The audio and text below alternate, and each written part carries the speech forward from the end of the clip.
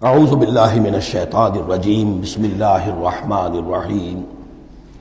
پھر آ رہا ہے وہی طلاق کا معاملہ، واللائی یئسن من المحیض من نسائکم، اور تمہارے ہاں کی وہ خواتین کے جن کا حیض کا سلسلہ بند ہو چکا ہو، مایوس ہو چکی ہو حیض سے، ان ارتبتم فعدتہن ثلاثۃ اشہر، اگر اس میں کوئی شک بھی ہو تو پھر 3 مہینے عدت ہو جائیں گے۔ اب حیض تو آ نہیں رہا کہ 3 ہے طہور اور 3 حیض کا کوئی حساب کیا جائے۔ واللائی لم یحضن، اور وہ ابھی بچپن میں نکاح ہو گیا کیونکہ ہو جاتا تھا، اور ابھی بچی کو جو ہے وہ ابھی ایام شروع ہی نہیں ہوئے ہیں، تو اب ان کی عدت کیسے ہوگی اگر ان کو طلاق دے دی گئی؟ تو ان کے لیے بھی یہ کہ 3 مہینے۔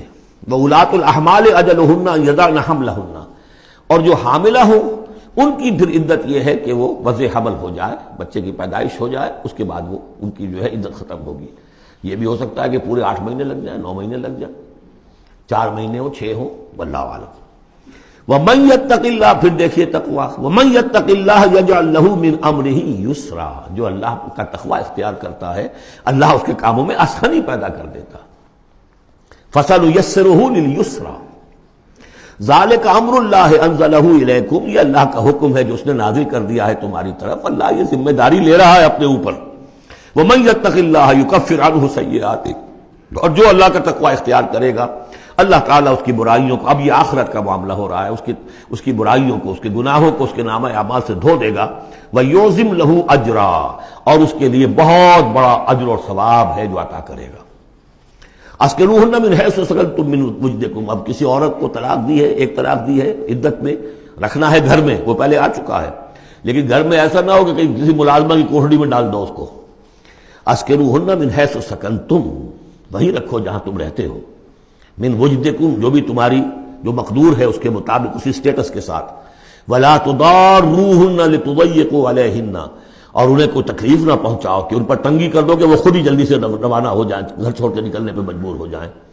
وَإِن كُنَّ أُولَاتِ حَمْلٍ، اور اگر وہ حاملہ ہوں، فَأَنفِقُوا عَلَيْهِنَّ، تو اب ان کے اوپر خرچ کرو، ان کا نان نفقہ وہ تمہارے ذمے ہے۔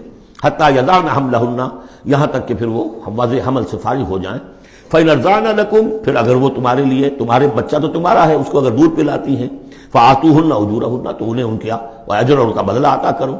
وَاعْتَمِرُوا بَيْنَكُمْ بِمَعْرُوفٍ، اور آپس میں مشورہ کر لیا کرو بڑے بھلے طریقے سے۔ اگر طلاق بھی ہو گئی کوئی بات نہیں، انسان تو ہے نا، انسانی سطح پر، اب شوہر بیوی نہیں رہے لیکن انسان تو ہے، انسانی سطح کے اوپر بات کر لی جائے۔ وَاعْتَمِرُوا بَيْنَكُمْ بِمَعْرُوفٍ وَإِن تَعَاثَرْتُمْ، اور اگر کہیں ایسی زدم زدہ ہو جائے کہ بیوی کہے میں تو دودھ نہیں پلاتی، یا کوئی اور مسئلہ ہو، فَسَتُرْضِعُ لَهُ أُخْرَىٰ، تو پھر کوئی اور عورت جو ہے اس کو دودھ پلائے۔ لِيُنْفِقْ ذُو سَعَةٍ مِّن سَعَتِهِ، اب اس تمام معاملے میں جو بھی شوہر ہے وہ خرچ کرے، جو وسعت والا ہے وہ اپنی وسعت کے مطابق خرچ کرے، جو اس کا بھی سطح اللہ نے اسے دی ہے اس کے مطابق۔ وَمَنْ قُدِرَ عَلَيْهِ، اور جس کے اوپر اللہ تعالیٰ نے رزق کی کوئی تنگی رکھی ہے، ناپ تول کر دے رہا ہے، کوئی فراوانی نہیں ہے، فَلْيُنْفِقْ مِمَّا آتَاهُ اللَّهُ، تو وہ خرچ کرے اس میں سے جو اللہ نے اس کو دیا ہے۔ لَا يُكَلِّفُ اللَّهُ نَفْسًا إِلَّا مَا آتَاهَا، اللہ تعالیٰ کسی جان کو ذمہ دار نہیں بنائے گا مگر اسی حد تک جو کچھ کہ اس نے اسے دے رکھا ہے۔ کشادگی دی ہے تو اپنی اس بیوی جو ہے مطلقہ، اس کے اوپر تم رکھو، کشادگی رکھو، تنگی ہے تو ٹھیک ہے، اس حساب سے دو، اللہ تو جانتا ہے۔ سَيَجْعَلُ اللَّهُ بَعْدَ عُسْرٍ يُسْرًا، یقیناً اللہ تعالیٰ جو ہے اس کے لیے سختی کے بعد آسانی بھی پیدا کر دے گا۔ صدق اللہ العظیم۔